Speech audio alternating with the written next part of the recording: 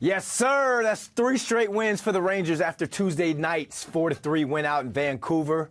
The Rangers are rolling again, y'all. So let's bring in our guys, Stevie and Joey of the Broadway Block podcast, because from Broadway to Western Canada, the Blueshirts are getting it done. What's up, fellas? How you guys doing? Always good after a Rangers win. Absolutely. And just to throw a disclaimer out there for the people, we didn't know we were going to twin and match. Stevie wearing the maroon, Joey wearing the gray. I'm in the maroon and gray. It's just when you win 3 straight, it just happens like that. So let's get into this one. Joey, I'm going to start with you. Then, Stevie, you jump in right after. 4 goals from 4 different players, and that includes a Chris Kreider game winner. He should have done the Steph Curry night, but talk to us about last night, man. What were your takeaways from the win? Well, it was great to see Igor back in net, coming off a quick shutout. We talked on our show briefly. We weren't too sure on who was going to get the nod for the start, but it was great seeing Igor out there.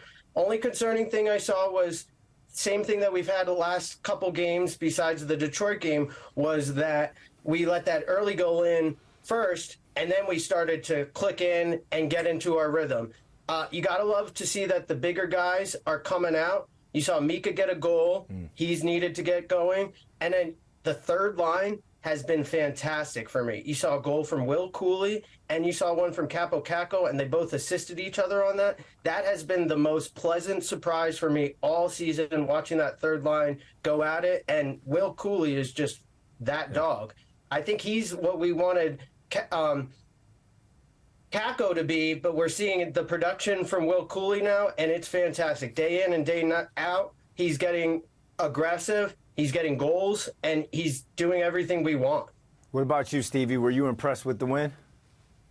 Yeah, it's also hard to not point out that Brodzinski has managed to slide into Chytil's spot since losing him through injury. I think Joe brings up a lot of good points about their production with Cooley and Caco kind of finding some chemistry together and some consistency in their lineup. But Caco was also quick to highlight last night in the post-game interview that Brodzinski has been called up before. They played a large chunk of the season without Filip Chytil last year, and that this is sort of familiar territory for Johnny Brodzinski.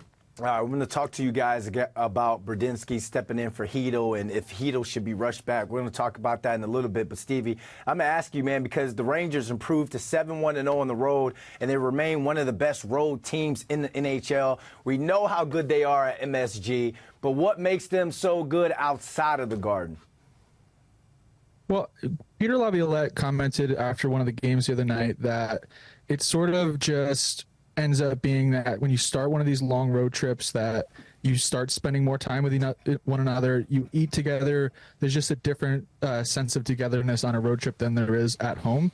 So really just starting that first road game out with a victory, you kind of get the team bonding going, and you know that these are some winnable games with important points right now. I think the other thing about playing at MSG is that everyone likes to play at MSG. It's not just the Rangers. It's not just the Rangers fans.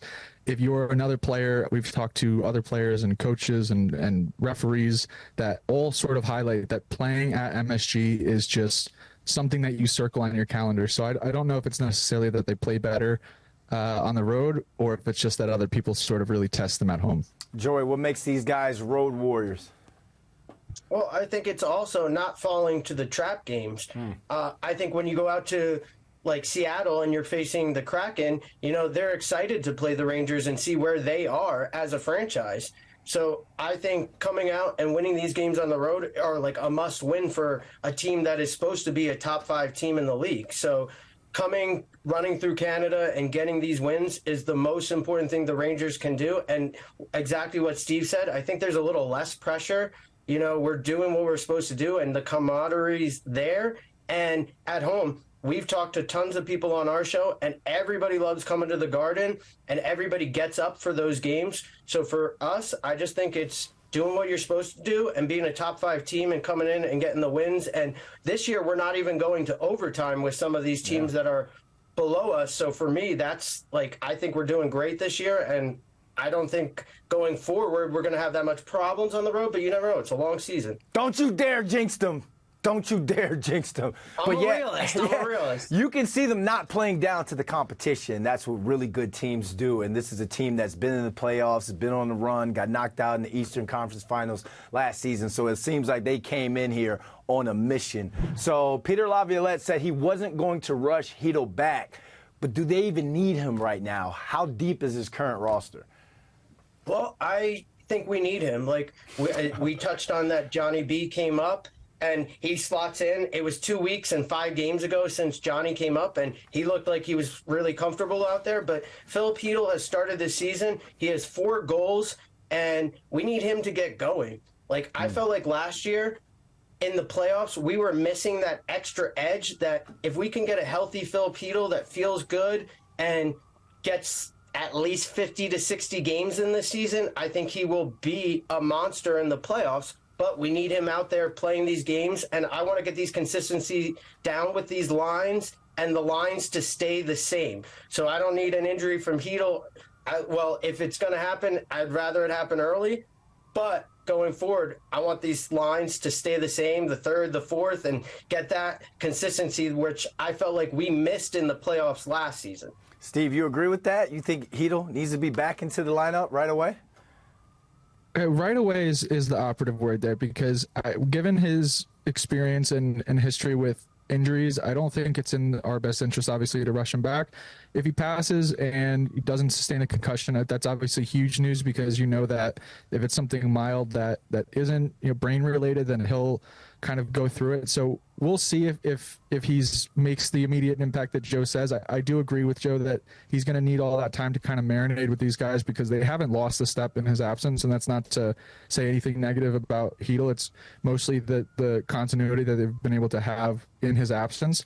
But I do think he plugs right back into that line. He plays a very similar style of game to Johnny, just a little bit less of the physicality and a little bit more of an offensive flair. So they both play with speed. They seem to know where those other two guys are at all times. I'm interested to see how he comes back in his first few games. We saw him coming out and shooting really early and often this year, so that would be my indication that all things are a go for Phil. All right, I got to get you guys quick thoughts on the Calgary game. Rasmus Anderson is having himself a year. So, Steve, what's the key to a W, another W on Thursday against the Flames? Well, this team seems to win games regardless of if we give up a goal in the first period or if we come out slugging originally. So I would say that it mostly has to do with our goaltending. We've been getting really solid goaltending in the games we've been winning. People are going to be quick to highlight that we rely too heavily on our goaltending, but it really does seem to be like a quarterback in a unit, in a system, that it's sort of all meant to be that way. So yeah, I don't want to surrender 40 shots a night, but if your goalie's going to give up less than 3 goals, I think every night that happens, you have a chance, and this team is more than capable of scoring. I think you're going to see a game closer to like you saw last night, maybe like a 4-3 win. Joey, the Rangers are 12-4-1 on the season. How did they make it 13-4-1 Thursday night?